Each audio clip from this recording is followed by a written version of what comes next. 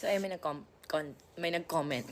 TikTok TV Patrol, bakit RIP Rosmar ito buhay na buhay, maka-content lang. Oo, alam mo, nakita ko na rin niya, may nag-send sa akin. Si Maris nga yung kino-content niya, nag-viral pa, kaya akala ng mga tao totoo. Tapos nag-PM na rin ako sa TikTok admin para i-take down yung kanilang account. Ayan, okay, mag-alala yung mga fake news ng mga taong ganyan.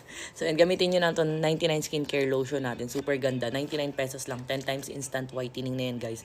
Amoy melon pa. Tapos, ang ganda pa niya, oh, no white cast talaga siya and very easy to blend. And yung nilagyan nyo, guys, compare sa wala, parang mas lighten talaga siyang tingnan. Ayan, oh, 'di ba? Mas maputi yung parte dito. Meron siyang instant whitening effect. Pero syempre, for permanent effect, use daily. Ayan, 99 pesos lang ang 99 skincare lotion. Pwede sa 7 years old, pataas, buntis at lactating. FDA approved to, guys. With glutathione, collagen, alpha-arbutin, and niacinamide. Kaya goodbye ka talaga sa mga dark areas dito. Ayan, lotion.